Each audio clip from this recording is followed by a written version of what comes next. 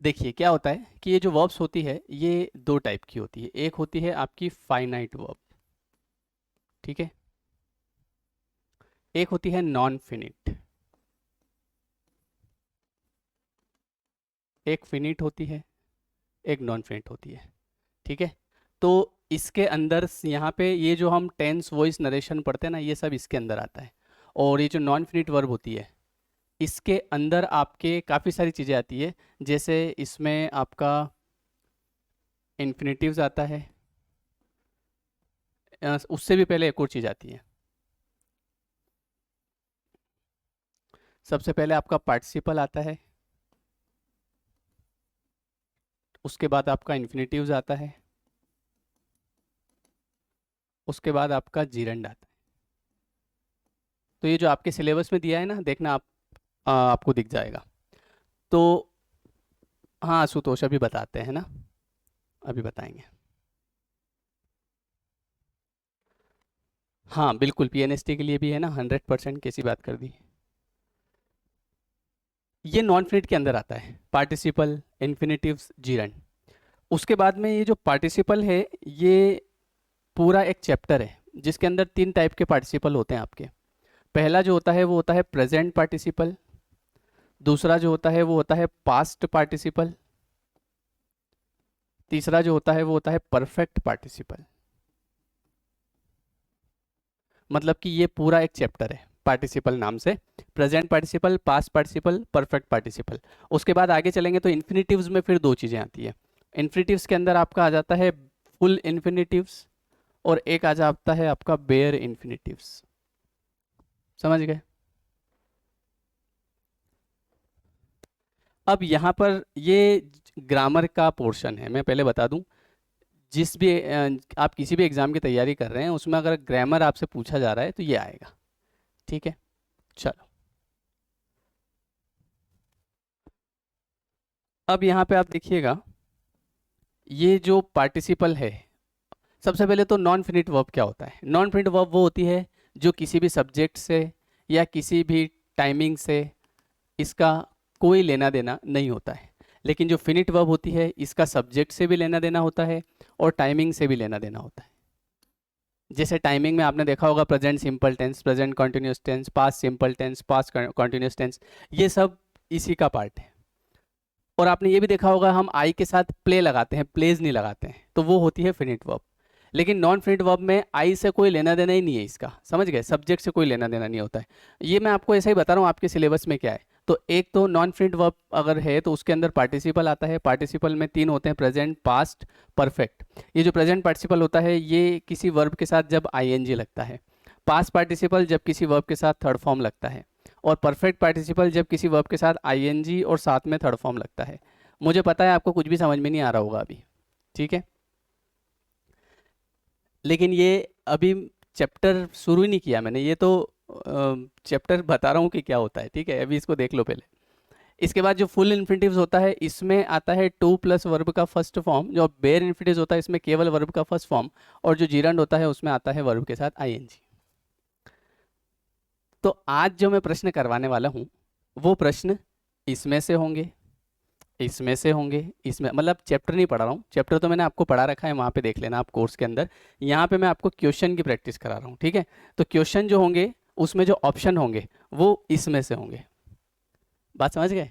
क्योंकि प्रैक्टिस हम इसकी कर रहे हैं। तो यहाँ पर हम फाइनाइट वर्ब से कोई रिलेशन नहीं है इसका, ये पूरा चार्ट अलग है। तो इसमें आपके पार्टिसिपल जिसमें present participle, past participle, perfect participle, फिर इसके बाद इन्फिनिटिव्स जिसमें फुल इन्फिनिटिव्स, बेयर इन्फिनिटिव्स, इसके बाद एक आता है जीरंड। इस तरीके से होता है, ठीक है मनीष। चलो, रिवीजन सब बताऊंगा अभी क्लास के बाद। मनीष एक मैसेज को 100 बार मत करो, मैंने पढ़ लिया है, ठीक है। Thank you so much. तो करें शुरू, ये समझ में आया? चलो, आया हो तो अच्छी बात, नहीं आया हो तो और भी अच्छी बात। ये रहा आपका पहला प्रश्न। आगे चला गया है तो पीछे लाना पड़ेगा। चलिए, पहला प्रश्न देखिए, इसके प्रश्न किस प्रकार के बनते हैं। पहला क्वेश्चन लिखा है कि द इन्फिनेटिव, अभी मैंने काफ़ी कुछ आपको सिखाया है, वहाँ से भी क्वेश्चन बन जाएगा आपका। Is the best of a verb often preceded, to, for, of, at. जिसने अभी वाली चीज समझ ली होगी उसका आंसर बता देगा, 1 सेकेंड भी नहीं लगेगा उसको। लिखा है the infinitive is the best of a verb often preceded. ये किसको प्रिसीड करता है? Very good. तो मैंने आपको अभी इन्फिनेटिव में लिखा था, दो प्रकार के जनरली इन्फिनेटिव होते हैं, एक होता है फुल और दूसरा हाफ नहीं होता है, बेयर। बेयर का मतलब क्या होता है? जैसे हम बोलते हैं ना बेयर फुट, नंगे पांव, है ना? तो बेयर का मतलब जिसके साथ कुछ नहीं है, ठीक है। और फुल मतलब तो फुल है ही सही। तो ये होता है टू प्लस वर्ब का फर्स्ट फॉर्म और ये होता है केवल वर्ब का फर्स्ट फॉर्म। तो अब आप बोलोगे सर ये क्या है? मतलब ये है कि कुछ वर्ब जो होती है वो इसको फॉलो करती है, कुछ वर्ब जो होती है वो उसको फॉलो करती है, ऐसा, ठीक है।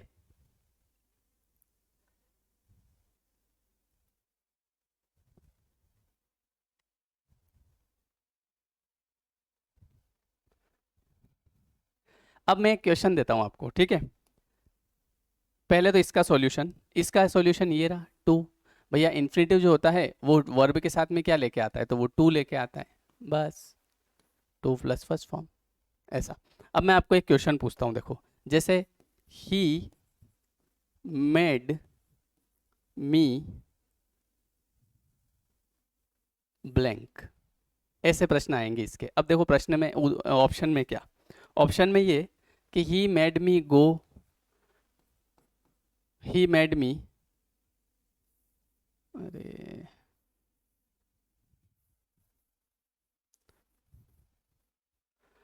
To go, he made me going, या he made me to going,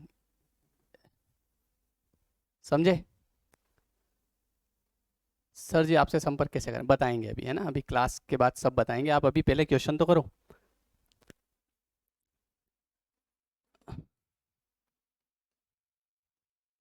बताइए।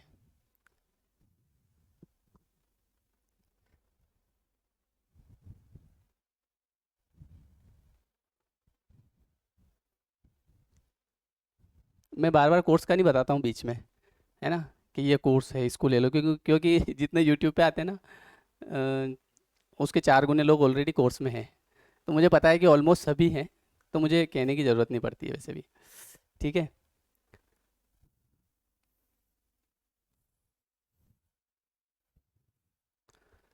अब यहाँ पे देखिए, ही मेड मी गो, तो यहाँ पर मेक एक ऐसी वर्ब है, सुनना आप ध्यान से, इस प्रश्न का जवाब क्या है। मेक एक ऐसी वर्ब है जिसके साथ में बेयर इन्फिनेटिव्स आता है क्या आता है? Bear infinitive. बेयर इन्फिनेटिव का मतलब होता है केवल वर्ब का फर्स्ट फॉर्म, बस, समझ गए? तो यहां पर इसका जवाब होगा ओनली गो, ही मेड मी गो, इसने मुझे जाने के लिए कहा, ठीक है। तो यहां पर ये कॉन्सेप्ट होता है। अब मैं एक और क्वेश्चन आपसे पूछता हूं, the students the students was made on the road। अब मैं आपको 4 ऑप्शन देता हूं। पहला ऑप्शन है रन।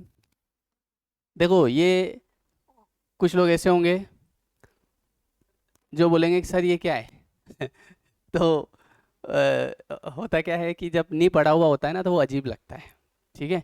तो ये अभी अजीब लग रहा होगा लेकिन धीरे धीरे फेमिलियर हो जाएगा, ठीक है। जैसे कई सारे लोग ऐसे होते हैं जो शुरू शुरू में अजीब लगते हैं लेकिन धीरे धीरे फेमिलियर होते ही है ना वो, तो वो वाली चीज़ है। रनिंग, भागने से कुछ नहीं होगा, भाग जाओ बोले तुम, मेरे क्या फ़र्क पड़ रहा हूँ। रन, रनिंग, टू रन, चलो इन तीनों में से बताओ अब क्या आएगा। ये जिसने पढ़ रखा है उसको सब पता है कि इसका जो जवाब होगा वो होगा टू रन। कैसे सर? अभी तो आप कह रहे थे कि मैक के साथ में फर्स्ट फॉर्म आता है, बिल्कुल आता है, लेकिन जब वो एक्टिव फॉर्म में होता है, ये एक्टिव फॉर्म में था। अब आप बोलोगे ये एक्टिव फॉर्म क्या होता है? ये एक्टिव पैसिव वॉइस होता है। अब वो हर जगह देखो, एक्टिव पैसिव वॉइस केवल वहीं पे काम नहीं आएगा आपको कि जहाँ पे एक्टिव से पैसिव बनाना, पैसिव से एक्टिव, पैसिव पूरी इंग्लिश में कई जगह क्रॉस करता है। जैसे यहाँ पे क्रॉस कर रहा है, कैसे कर रहा है कि मेक, सी, हियर, ये 3 ऐसी वर्ब होती है, मेक, सी, और हियर, ये तीन एक ऐसी वर्ब होती है जो यदि एक्टिव फॉर्म में होती है तो ये बेयर इन्फिनिटिव्स को फॉलो करती है, मतलब इनके साथ वर्ब का फर्स्ट फॉर्म आता है। और अगर ये पैसिव फॉर्म में होती है तो फिर इनके साथ में टू प्लस वर्ब का फर्स्ट फॉर्म आता है। बात समझ गए? ये गलत लिख दिया मैंने, वर। तो द स्टूडेंट्स प्लूरल है ना, वर आएगा। मेड ऑन द रोड, तो इसमें आएगा to run on the road. बात समझे? तो ये होता है इन्फिनेटिव, बेयर इन्फिनेटिव, ये सब आपके सिलेबस में है ना। तो इसलिए यहाँ पे द स्टूडेंट्स वर मेड, अब ये वर मेड जो है ये पैसिव वॉइस है, यहाँ से पता चल रहा है। बात समझ गए? समझ में आ रहा है संदेश? अच्छी बात है। तो ऐसा इन सब के साथ होता है, मेक, सी, हियर, है ना। जैसे एक क्वेश्चन देता हूँ, अब तुम बताना, अब तो तुम बता दोगे, अब तो तुम सब होशियार हो। क्वेश्चन ये है कि he was heard a song, ठीक है। ऑप्शन है to sing, sing, singing, sings, ABCD। Sir समझ में नहीं आ रहा, आ जाएगा आ जाएगा।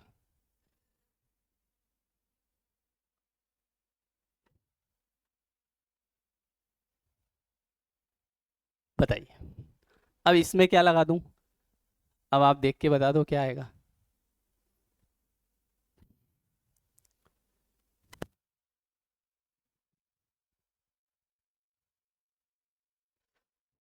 और समझ में आएगा, थोड़ा वक्त देना पड़ेगा, है ना।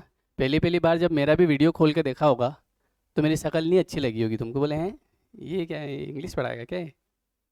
तो तुम्हारा बंद करने का मन हुआ होगा, पर तुम थोड़ी देर रुके, अब शक्ल अच्छी लग रही है ना, तो धीरे धीरे समझ में आता है, एकदम नहीं आता है। वॉज हियर्ड, वॉज हियर्ड के साथ आएगा टू सिंग। बोलो बात समझ में आ गई? अब आप बोलोगे ये आपको कैसे पता सर? बस वही तो बात है, ऐसे थोड़ी 15 साल हो गए पढ़ाते पढ़ाते। तो ये पैसिव में है, तो पैसिव में टू प्लस फर्स्ट फॉर्म होता है। ये एक साइकोलॉजी है, इट्स नॉर्मल। किसी भी व्यक्ति को आप पहली बार देखेंगे तो सच में वो गंदा लगेगा, like कोई सा आदमी है ये। लेकिन धीरे धीरे फिर ऐसा लगता है हाँ ठीक है, अपने वाला ही आदमी है, तो जान पहचान का ही है। चलिए पहला प्रश्न, अभी पहला ही प्रश्न हुआ है, ठीक है। हाँ दूसरा प्रश्न ये लीजिए।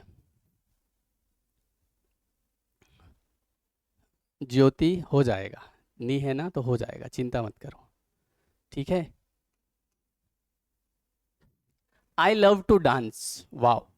To dance is here infinitive, it is subject या ऑब्जेक्ट या कॉम्प्लीमेंट या नन ऑफ दिस?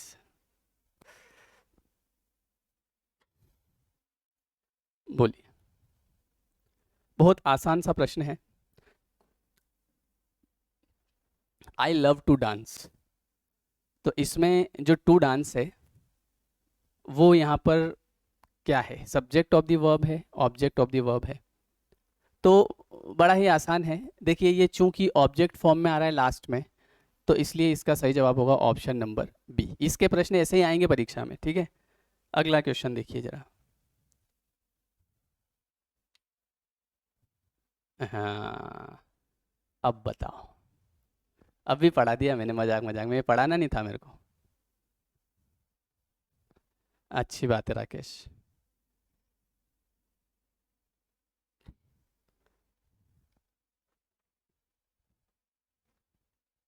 जो वर्ग 2 वाले हैं मेंस वाले, उनके अभी ज़रूर ऑफर चल रहा है, ठीक है। 1099 कंप्लीट कोर्स। और इसमें अभी सिलेबस वो ऐड है, ग्रामर, पेडागोगी वगैरह। जैसे ही नया सिलेबस आएगा इसी कोर्स में ऐड होगा, ठीक है। और जैसे सिलेबस आया इसी की फ़ीस 2500 रुपये हो जाएगी। तो अगर किसी को लेना है तो अभी ले लेना, ताकि आप फ़ायदे में रहोगे, ठीक है। क्योंकि सिलेबस आता है तो ज़्यादा आता है, फिर चेंज करना पड़ता है। अभी मैंने आपको बताया था बीड, लेट, ये दोनों नहीं बताए होंगे, लेकिन मेक, सी और हियर ये किसको फॉलो करते हैं? तो ये फॉलो करते हैं विथ टू नहीं, without to. Option number B, अभी थोड़ी देर पहले ही बताया था।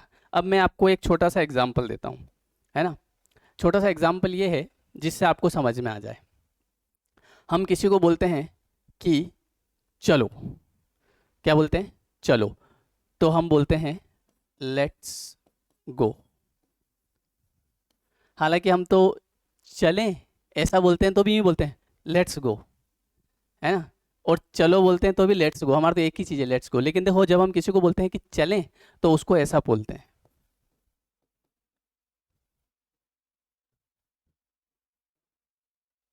Shall we go.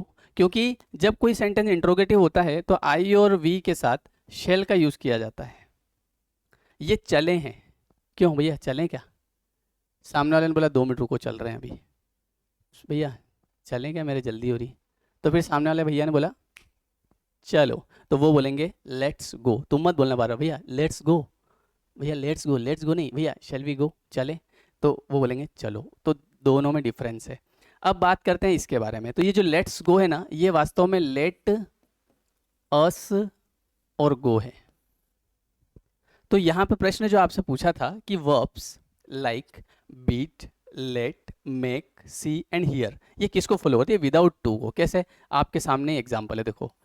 क्या इसके साथ टू आया? क्या नहीं आया ना। तो लेट अस गो ऐसा, तो इसलिए इसके साथ नहीं आएगा, ना ही इसके साथ आएगा, ना इसके साथ आएगा, ना उसके साथ आएगा। लेकिन हाँ, इन तीनों के साथ अगर पैसिव फॉर्म होगी तो फिर टू प्लस फर्स्ट फॉर्म आएगा, है ना। ऐसा मामला रहता है। जैसे हम किसी को बोलते हैं कि यार, जैसे मैं आपको बोल रहा हूँ कि यार मुझे पढ़ाने दो, तो मैं उसको ऐसे बोलूँगा लेट मी टीच। तो अब बताओ, इसको गायब कर दो यहाँ से, तू जा यहाँ से, अभी थोड़ी देर से आना है ना। तो लेट के बाद में बताओ टीच आ गया आपका। आया? टू आया क्या? नहीं आया। ऐसा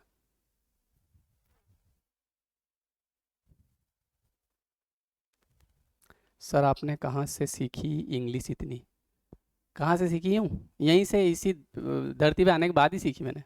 ऐसे तो नहीं ऊपर से सीख के आया मैं, यहाँ नीचे आने के बाद ही सीखी। डिटरमाइंड होना पड़ेगा आपको। अगर आपका सिलेक्शन लेना है ना, तो उसके लिए मतलब जीव पढ़ने में ही जाना चाहिए। जैसे खाना भी खा रहे हैं तो यार फटाफट खाना खा के जाऊँ, ठीक है, वो चीज़ होनी चाहिए। कुछ कोई भी काम कर रहे हैं, कहीं किसी के यहाँ खाना खाने भी गए दूसरे के वहाँ, तो दिमाग में चलना चाहिए कि घर जाके पढ़ना है मेरे को, फटाफट चलो। अपन तो वहीं लो एक एक वो पाव भाजी भी खा के आ जाएं उधर, वो बच गई उधर, है उधर। क्यों, पान भी है क्या उधर? है पान है, वह पान खा लो उधर। पानी पता, पानी पता से रह गए क्या? अभी एक लो 2 मिनट खा ही लेते हैं, अब आए हैं तो लिफाफा भी दिया अपन ने। जीव तो उधर रहता है अपना, जीव इधर रखना पड़ता है, तब जाके सिलेक्शन होता है। चलो, which verbs from shows tense, person and number. Tense, person and number. देखो मैंने स्टार्टिंग में जो एक डायग्राम बनाया था ना, उसमें आपके मैंने आधे से ऊपर सवालों का जवाब दे दिया। जो स्टार्टिंग में जो डायग्राम बनाया था ना, तो अधिकतर सवालों के जवाब तो उसमें से ही मिल जाएंगे आपको। बोलो, मैं बताता हूँ। जब ये स्पष्ट रूप से कह रहा है कि which verb form shows tense and person and number, तो वो होती है फिनिट वर्ब, ठीक है। इन्फिनिटिव नहीं, देखो मैं आपको समझाता हूँ। जैसे क्या होता है, जैसे जैसे जैसे मान लीजिए कि मैंने यहाँ पे लिखा आई, तो यहाँ मैंने लिखा गो, ठीक है। अगर मैं यहाँ पर, अच्छा जो लोग लेट आए हैं वो इस वीडियो को क्लास खत्म होने के बाद शुरू से देख लेना, तो आपको चीज़ें समझ में आ जाएगी। ही, तो क्या मैं आप गो लिख सकता हूँ? नहीं, मुझे लिखना पड़ेगा ही गोज। मतलब कि इस पे किसका प्रभाव पड़ा? इसका। बात समझे? लेकिन अगर मैं यहाँ पे लिखता हूँ आई और यहाँ में लिख देता हूँ एम, तो फिर यहाँ क्या आ जाएगा? यहाँ आ जाएगा गोइंग। ये फाइनाइट वर्ब है, ये वाली। क्यों? ये टाइम के अकॉर्डिंग चेंज हो रही है। इसने वक्त एकदम से वक्त बदल दिए, जज्बात बदल दिए। लेकिन जो इन्फिनेटिव होगी, अभी आगे बात करेंगे, वो ना तो वक्त बदलेगी ना ही वो जज्बात बदलेगी, वो वैसी वैसी रहेगी। देखो अभी बताऊंगा। जैसे यहाँ पे मैंने लिखा ही हैज़, तो जैसे मैंने हेज लिखा, ये बोलेगी अब तो मैं इनके हिसाब से चलूंगी, जैसा ये कहेंगे वैसे करूंगी मैं। देखो ये गोन हो गई, समझ गए। जैसे यहाँ पे मैंने लिखा मान लो दे, और दे के साथ मैंने लिख दिया आर, तो फिर अब ये कहेगी कि मैं तो इनके हिसाब से चलूंगी, जैसा ये कहेंगे वैसा करूंगी। समझ गए। तो इस ये एक्चुअली क्या है, इस पे डिफरेंस आ जाता है, इस पे टाइमिंग का डिफरेंस आ जाता है। जैसे ये टाइम अलग चल रहा है, ये रोज जाता आदमी, ये भी रोज जाता है, ये जा रहा है, ये जाके आ गया है, और ये जा रहे हैं, ऐसा। तो ये टाइमिंग को चेंज कर रहे हैं, सब्जेक्ट को। अब मैं एक और चीज़ बताता हूँ, आई गो, मैं जाता हूँ। कहाँ जाते हो भाई साहब? बोले मैं खेलने जाता हूँ। तो अब देखना, आई गो, अब एक तो जाना हो गया, जाना भी एक वर्ब है, ये फाइनाइट वर्ब है आपकी। तो ये मैंने क्या बोला, ये वक्त के हिसाब से चलेगी। लेकिन इसके बाद जो एक और वर्ब आएगी, दूसरी वर्ब जब भी कभी आती है, तो वो इस पहले वाली वर्ब के हिसाब से रहती है। जैसे अभी यहाँ गो है, तो गो के हिसाब से फुल इन्फिनेटिव्स आता है, तो मैं फुल इन्फिनेटिव्स लगाऊंगा, आई गो टू प्ले। समझे? इन्फिनेटिव के अंदर नॉन फाइनाइट आता है, ठीक है, वो दोनों एक ही बात है, कुछ भी बोलो। गोस के बाद में देखो टू प्ले, वो मैंने शुरू में टेबल समझा दी थी, इसलिए यहाँ पे भी टू प्ले, यहाँ पे भी टू प्ले, और यहाँ पे भी टू प्ले। क्यों जीजी, तुम चेंज नहीं हो रही? ये तो चेंज हो गई। तो ये बोले कि मैं मेरे हिसाब से चलती हूँ। बात समझ गए? ये इसके कोई फर्क ही नहीं पड़ रहा। अच्छा रुको जरा, मैं थोड़ा सा और चेंज कर देता हूँ। मैंने यहाँ पे लिख दिया आई विल गो, तो भी ये पीछे वाली बोलेगी टू प्ले। तुम भले कुछ भी कर दो इसके साथ, मेरे तो टू प्ले रहेगा तो टू प्ले ही रहेगा, मैं मेरे हिसाब से चलूंगी। और ये बोले कि मैं इनके हिसाब से चलूंगी। बात समझ गए? मतलब इसकी शादी हो गई है, इसकी बाकी है अभी। समझ गए? हिसाब से चलना पड़ता है, जरूरी है। बोलो, कोई दिक्कत किसी को जीवन में? तो ये इस प्रकार से, अभी जो आपसे प्रश्न पूछा गया था वो इसके बारे में पूछा गया था, नहीं इसके बारे में पूछा गया था, क्योंकि समय सब्जेक्ट के हिसाब से चल रही, टाइमिंग के हिसाब से चल रही, ऐसा। ठीक है, चलो आगे बढ़ाएं। नेक्स्ट प्रश्न देखते हैं।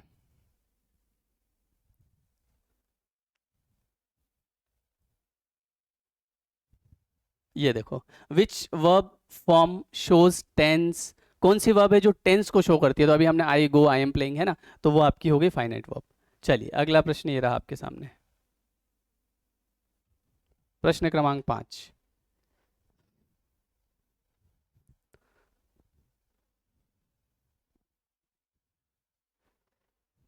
बोलो, I go, she goes, we went, the verb in this sentence are.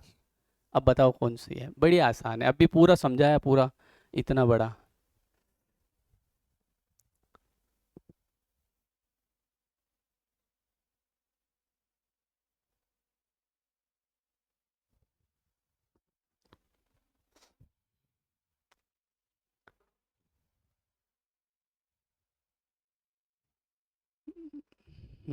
Very good. अभी आपको क्या बताया गया? अभी आपको क्या बताया है कि आई go, she goes, we went. तो यहाँ पे देखो, ये गो था, अभी यही समझाया ना थोड़ी देर पहले, ये गो था, ये गोज हो गया, ये वेंट हो गया। ऐसा क्यों? क्योंकि भैया ये फाइनाइट वर्ब है, मैं इनके हिसाब से चलूंगी, समय के हिसाब से चलूंगी, जैसा समय रहेगा। जैसे यहाँ वेंट हो गया, पास्ट टेंस आ गया यहाँ पे, और उधर प्रेजेंट चल रहा है, ऐसा। हाँ, ठीक है, चलो नेक्स्ट क्वेश्चन।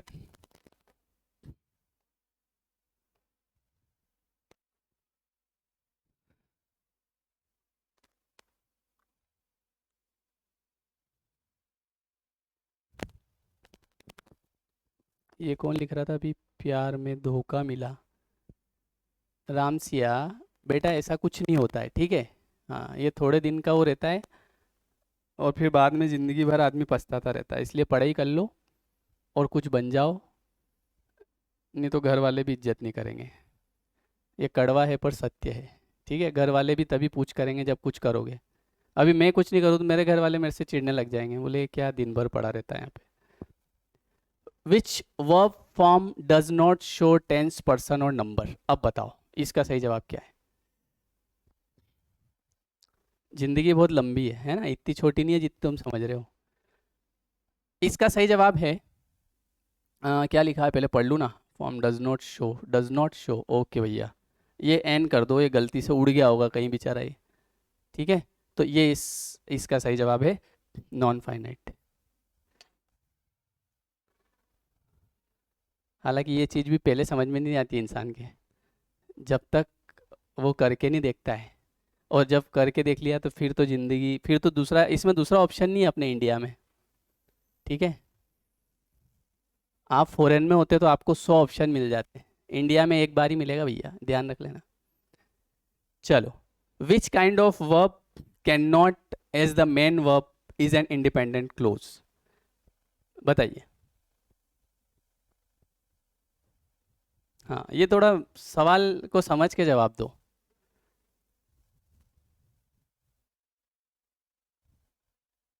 देखो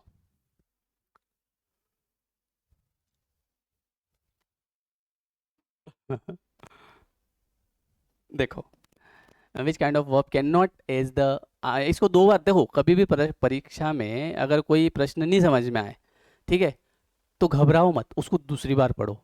दूसरी बार भी नहीं समझ में आए तो तीसरी बार पढ़ो, और तीसरी बार भी नहीं समझ में आए तो फिर मत पढ़ो। अब इसका जवाब बताता हूँ। Can not as the main verb as an independent clause, option number B. ठीक है, बस लिख लिख दिया, can not as the main verb. अगला प्रश्न ये लीजिए, 8वां। कितनी बजे लूँ, आज लेट हो गया मैं। अ नॉन फाइनाइट वर्ब, अब बताओ इसका जवाब दो। हाँ, फिर तुक्का लगाओ। नहीं, 2 बार में 3 बार में समझ में आ जाता है। चलिए देखिएगा, मैं बता देता हूँ। लिखा हुआ है कि अ नॉन फाइनाइट वर्ब, अभी हमने पढ़ा है, serves as the action of a sentence. No. Does not serves as the action of the sentence, right. इसका सही जवाब है बी। ठीक है, जैसे मैंने अभी आपको क्या समझाया था कि आई गो टू प्ले, यही समझाया था। तो यहाँ पर ये नॉन फाइनाइट वर्ब है, तो ये इसके हिसाब से थोड़ी चल रही है, आई के हिसाब से। इसको तो कोई मतलब ही नहीं है आई से। जैसे यहाँ आई को मैं अगर ही कर दूं तो इधर गोज हो जाएगा, इस जीजी के फर्क ही नहीं पड़ेगा, ये तो ऐसी ही बैठी रहेगी यहाँ पे। समझ गए, ये है लॉजिक। चलो अगला प्रश्न देखते हैं जरा। हम्म, बोलो।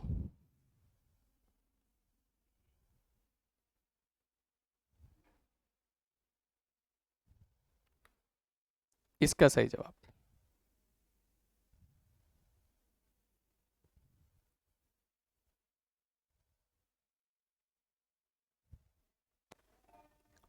लिखा हुआ है a non finite verb has a tense, no tense, does not have a tense, B. B था उसका जवाब, उसका कोई टेंस होता ही नहीं है। अगला प्रश्न।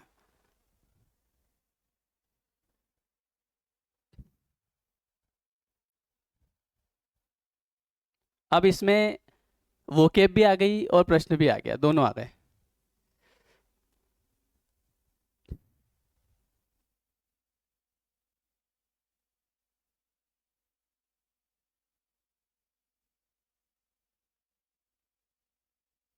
चालीस 45 की बना लो।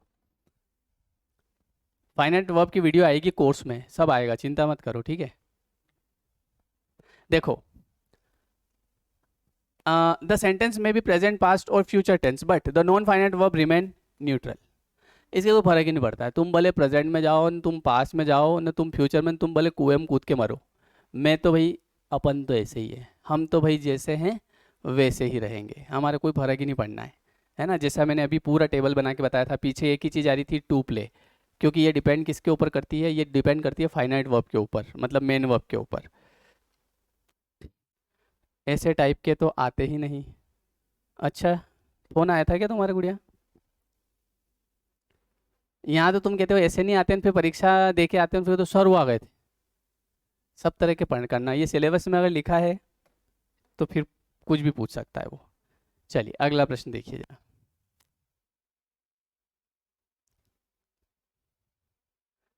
एक काम कर दो एक काम करो, मेरे को है ना, कितने नंबर का पेपर होता है तुम्हारे? 100 नंबर का होता है ना? जितने का भी होता है, तो वो 100 प्रश्न मेरे को व्हाट्सअप कर दो तुम लोग। तो वही वही करा दूँ मैं, जो रोज क्लास भी लेनी पड़े, एक ही दिन में ख़त्म पिक्चर, है कि नहीं? व्हाट्सअप कर दो कि सर ये 100 प्रश्न है, तो मैं वही करा दूंगा जो निपटेगा काम।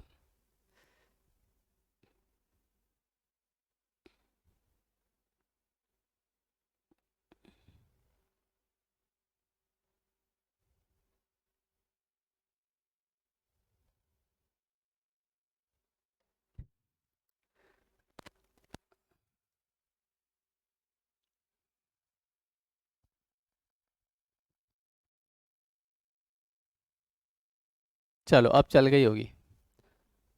हाँ, gerund participle and infinite are the types of non finite verb, ये मैंने शुरू में आपको पूरी टेबल बना के बताई थी। ठीक है, चलो आगे बढ़ाते हैं।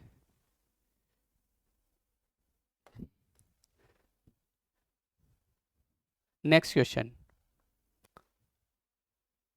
अब बताइए।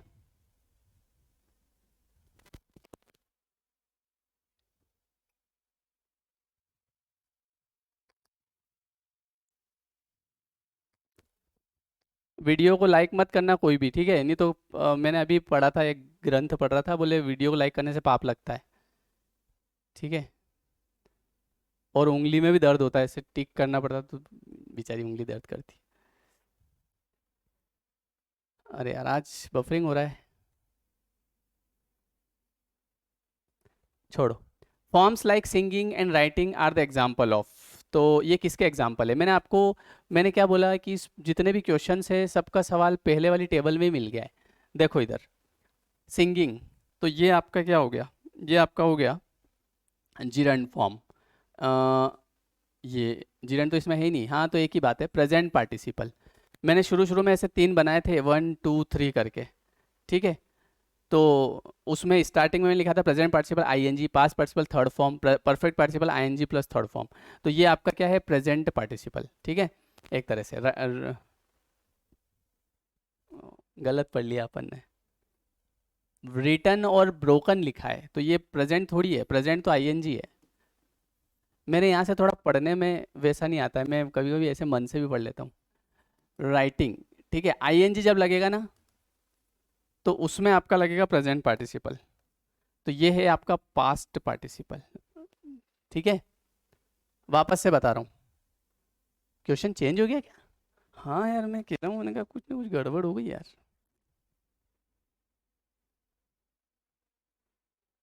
हाँ, पहले अलग था। मैं वही कह रहा हूँ, मैंने कहा इतना गलत तो नहीं पढ़ता, मैंने कहा हो सकता है कभी कभी क्या इधर से थोड़ा अलग दिखता है। चलो कोई बात नहीं। तो ये आपका प्रेजेंट पार्टिसिपल है, सिंगिंग। ठीक है, सिंगिंग जो है, ये कौन सा है? ये प्रेजेंट पार्टिसिपल। ठीक है, समझ गए? कोर्स कैसे ले अभी बताते हैं ना। देखो, प्रेजेंट पार्टिसिपल में होता है आपका आईएनजी, जैसे मैं लिखता हूँ आई लाइक कुकिंग, तो ये आपका प्रेजेंट पार्टिसिपल हो गया, या इसको जीरंड भी होता है ये। ठीक है, चलो अगला प्रश्न देखते हैं। अब अगला प्रश्न आ गया आपका क्या, कि भैया रिटन एंड ब्रोकन जो है, ये किसके एग्जाम्पल है? रिटन एंड ब्रोकन, तो ये आपके जो हैं, ये प्रेजेंट के नहीं होंगे, पास्ट के हैं, ये पास्ट पार्टिसिपल। समझ गए? एक ही आएगा, या तो जिरेंड आएगा या प्रेजेंट पार्टिसिपल आएगा, है ना? दोनों में एक डिफरेंस भी होता है, वो भी बताएंगे। चलिए नेक्स्ट क्वेश्चन देख लेते हैं।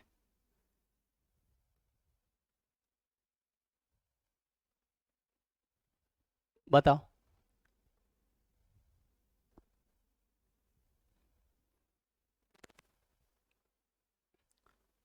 अब तो आराम से बता दोगे।